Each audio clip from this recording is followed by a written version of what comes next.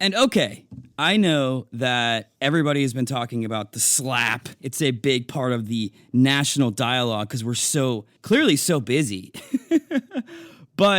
And I normally do not like to weigh in on stuff like this because I think it's perpetuates a cycle of controversy and bullshit. But I have to talk about this because, one, I keep thinking about it. I've gone down some very weird rabbit holes thinking about it. And also, I deeply do love both of the people involved. Anybody who listens to this podcast knows that I've been a strong Will Smith advocate to the point where I've quoted him. I've wanted to buy the book for people.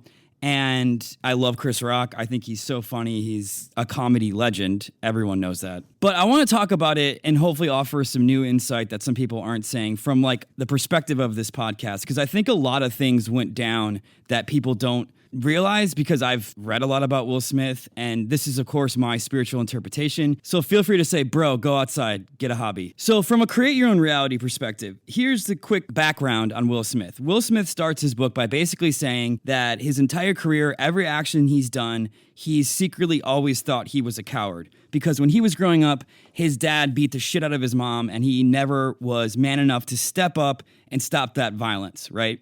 So this has plagued him throughout his life, this idea that he has to protect and defend women. And if you read his book, it keeps coming up again and again and again. He oftentimes has an egoic savior complex towards women. If you listen to the speech he gave after he smacked Chris Rock in the face, sorry, Will Smith just hit me. The entire speech is all about how he had to protect women in the movie that he made, King Richard. He protected the Williams sisters, his wife. I watched a YouTube video one time. It was the Smiths in Europe. And they were just doing fun, pranky things. And all of a sudden, Will just starts kind of fake attacking Willow, his daughter. And she's like, Dad, I don't want to do this now. He's like, you don't get to control when an attacker attacks you. So clearly, Will Smith has a reality paradigm where he believes that it's his job as a human to protect women, okay?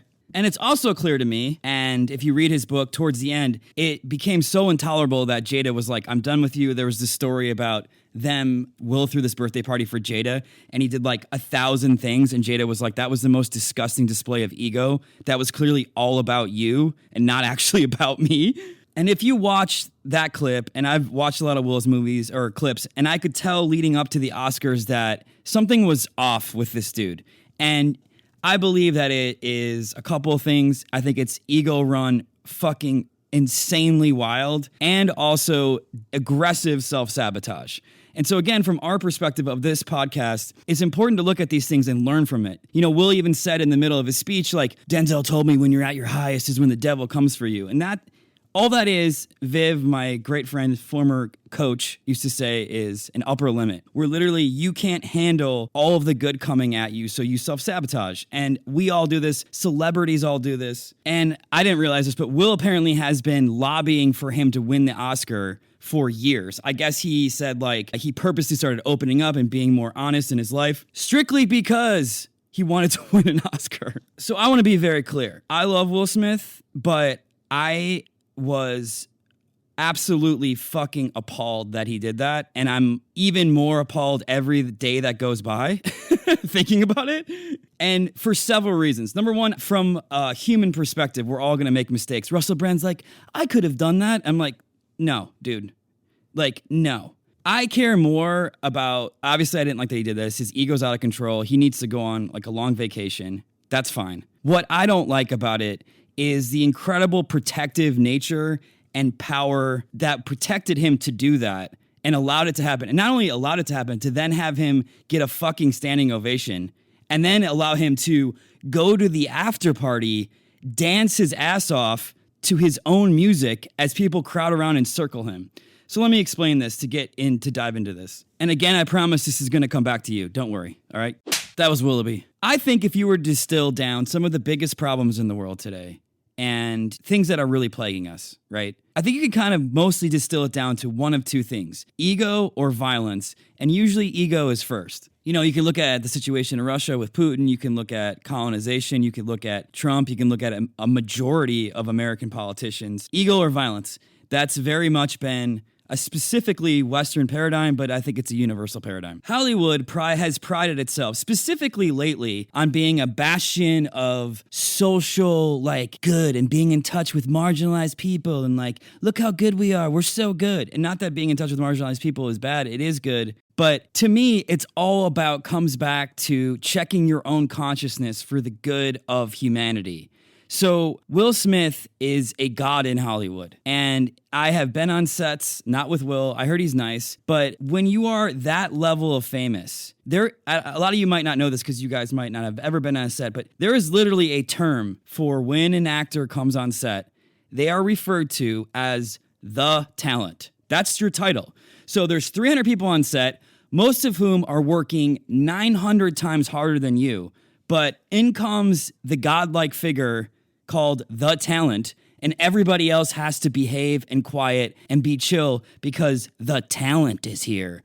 Like somehow this person and this thing is bigger and better than us. So when the talent goes on stage and punches a defenseless comedian in the face, it makes tons of sense to me that he would then be allowed to sit back down with no consequences because the paradigm in Hollywood is so fucked and so pedestalized. And don't get me wrong, I have done this. I love Men in Black, not Men in Black 2. I have done this a lot, and I'm working on not doing this anymore. But the whole point, and this is another point I want to get to, is that we got to stop this shit with pedestalizing these people.